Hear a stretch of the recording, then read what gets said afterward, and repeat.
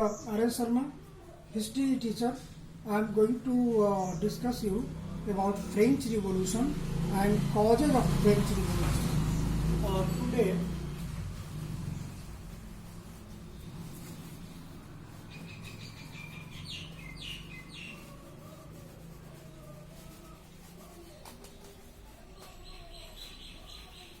as you know, in my earlier video, I have discussed about the causes, different causes, what have happened, how it has happened.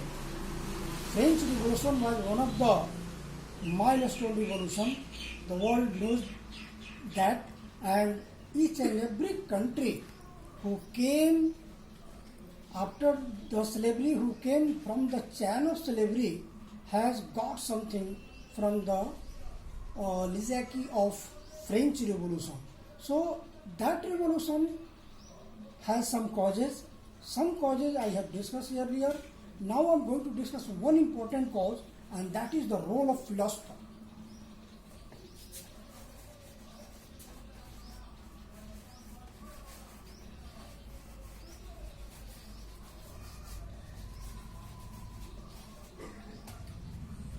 The role of philosophers. Without the role of philosopher, French Revolution was not possible. Each and every causes had some contribution, but without that contribution, it was not possible to have such kind of revolution. That philosopher has played important role. They imbibed their ideology. They mobilized the people. They just filled up fire among the people, and that fire has caused them, forced them to have a strike.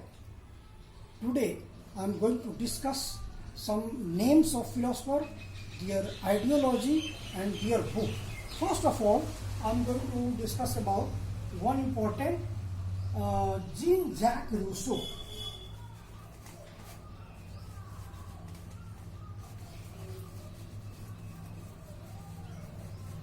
Jean-Jacques Rousseau, one of the greatest philosophers there.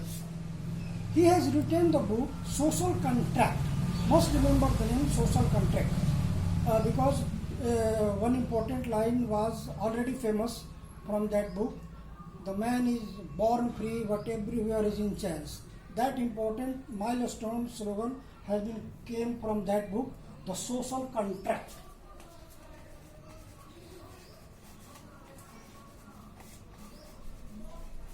Social contract, can you say that it is the Bible of revolution? It has imbibed the ideology, it has just filled up fire in the people.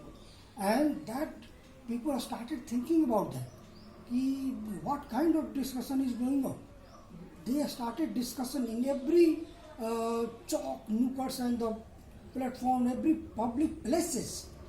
The people of there started discussing about their ideology, their columns, their writings, all that thing which is written in the social contract. And they also started writing some things to mobilize people, force them to understand some different things about the king, about the monarchy, about the status of political conditions in those days. So that Jean-Jacques Rousseau, in his book Social Contract, he has given ideology that the government should be based on the mutual contract of the people and the government.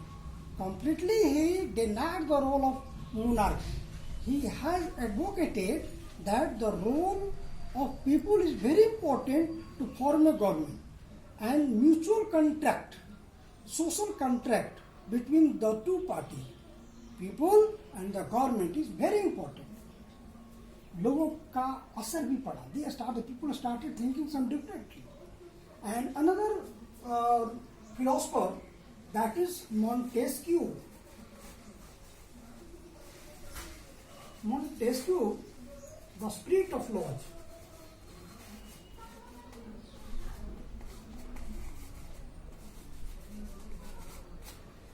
Montesquieu has written his book, The Spirit of Lodge. He advocated, he has given his ideology that the government should be distributed in three important organs. it should be based on the three important organs. They completely denied the role of monarchy. Government should be on the basis of partnership, on the basis of sharing the responsibility between among three organs. And that three organs was legislative, who make the law for the country, executive, who execute the law for the country, and another is judiciary, that who absorb the law, that the law made by legislative and executed by executive is in the welfare of the people or not. If it is not in the benefit of the people, that law must be declared annulled. Today in our country, in India, and where there is democracy, the theory of the ideology of Montesquieu works.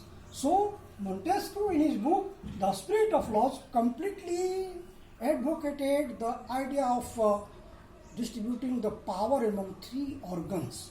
So that also worked. People started thinking about that. And one another philosopher, and that is John Locke.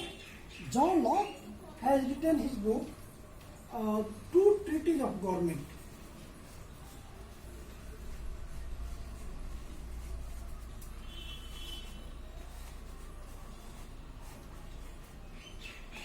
John Locke has written his book, Two Treatises of Government. Must remember the three names of philosopher and their book and their ideology. John Locke in that book has completely refuted the divine theory. What do you know about divine theory? Do you know about divine theory? What is divine theory? Divine theory means that the king used to say that we are the representative of God. God has sent them to rule in the world. John Locke completely refuted that, completely denied their rule. He said, no, there is not such kind of things. We are all equals. We are just as citizen of the country. Everyone has their role. So he completely refuted the divine theory and advocated that the government should be based on democratic norms. Such kind of ideology started discussion everywhere. That changed the people's mentality. And that is important to changing the ideology. People forced to go there and strike towards the Bastille. As you know, as we have already discussed, that there must be some immediate cause, and after that immediate cause, people started thinking some differently. We always used to say that the role of philosopher was very important. A question always arises about that. I'm going to write that question. It always. So question arises regarding that role of philosopher. Do you think that the revolution was not possible without the contribution of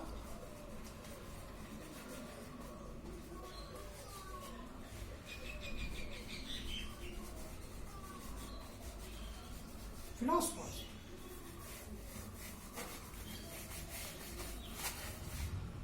Regarding the role, regarding the contribution of philosopher, it is an important part of that chapter.